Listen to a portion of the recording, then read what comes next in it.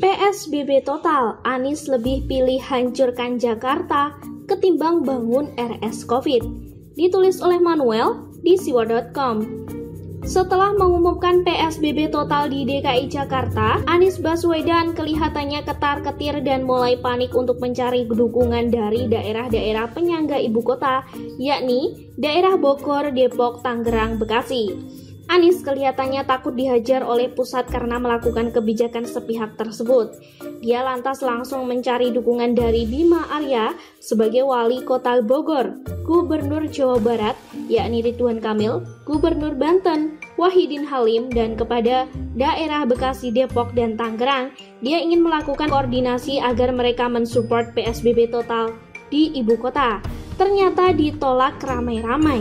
Mendukung PSBB total ibu kota artinya akan melumpuhkan perekonomian negara ini dan menghancurkan masa depan dari orang-orang yang sudah mulai dibangun saat PSBB di Indonesia diberlakukan pada bulan Maret, April, dan Mei. Para warga dan rakyat yang sudah mengalami ekonomi rebound mendadak harus dihancurkan lagi oleh Anies Baswedan. Itulah yang membuat Bima Arya menolak tegas kebijakan dan juga arahan dari juru serangkul Anies Baswedan yang gak jelas itu. Kita tahu bahwa memang daerah penyangga ibu kota, yakni Bogor, Depok, Tangerang, Bekasi, dan lain-lain, berkontribusi beberapa persen kepada kasus COVID-19 yang aktif di DKI Jakarta. Bukan berarti mereka mau saja disuruh-suruh oleh Anies Baswedan yang di dalam penerapan PSBB selama ini pun tidak jelas dan tidak ada kebenarannya. 5 kali perpanjangan PSBB transisi membuat Jakarta tidak kemana-mana dan malah semakin meningkat angka COVID-19. Dan dalam rapat untuk merangkul sama-sama menghajar pusat, Kepala Daerah Jabodetabek meminta agar Anies terlebih dahulu berkoordinasi dengan pemerintah pusat untuk menyempurnakan konsep dan rumusan PSBB total tersebut. Dari sini saya melihat bahwa ternyata Anies Baswedan belum ada koordinasi sama sekali dengan pusat terkait kebijakan dongdong bindungunya itu. Berdasarkan dari rapat yang dibicarakan, Bima Arya melihat bahwa PSBB total masih belum jelas dan hanya sebatas retorika. Biasalah, cara kerja si doh-doh itu kan memang gitu. Ngomong dulu, mikir belakangan. Itu pun kalau dipikir ya. Selain Bima Arya, penolakan juga terjadi dari Wali Kota Tangerang Selatan, yakni Benyamin Daphni. Daphni mengatakan bahwa dirinya juga tidak mau buru-buru mengikuti Pemprov DKI yang kembali menerapkan PSBB secara total. PSBB di sini memang sangat tidak jelas karena apa yang dikerjakan Anies selama PSBB kemarin ini memang gak pernah jelas kok.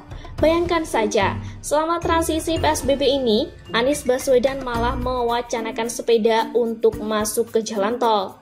Sebenarnya PSBB secara total memang merupakan respon Anies atas perkembangan kasus COVID-19 yang mulai membuat rumah sakit dinilai kewalahan. Daripada bikin PSBB total, mending Anies bisa membangun rumah sakit di sumber waras yang sudah pernah diwacanakan oleh Ahok. Daripada PSBB total, sebaiknya Anies Baswedan ini melakukan pembangunan besar-besaran rumah sakit khusus COVID-19 di DKI Jakarta. DKI Jakarta kan punya banyak lahan atas nama Pemprov DKI. Tidak dibangun rumah sakit saja gitu. Coba kalau rumah sakit bisa dibangun 2 atau 3 dengan kapasitas masing-masing 1000 kamar tidur. Sudah mengcover banyak sekali orang-orang yang bisa ditaruh di sana. Selain itu kita juga bisa melihat bahwa tenaga medis yang ada bisa disiapkan. Jadi harusnya Anies bekerja sama dengan ID.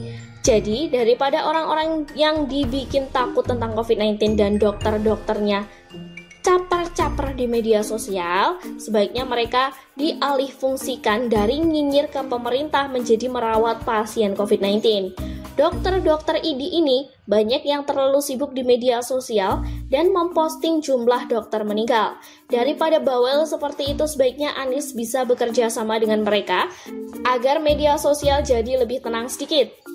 Gampang sebenarnya kalau mau dikatakan. Ketimbang melakukan PSBB total, saya nggak heran Anies ini ditolak oleh manusia karena dia juga sepertinya sudah mulai ditolak oleh Tuhan karena sudah mendiamkan pendukungnya yang mempermainkan agama.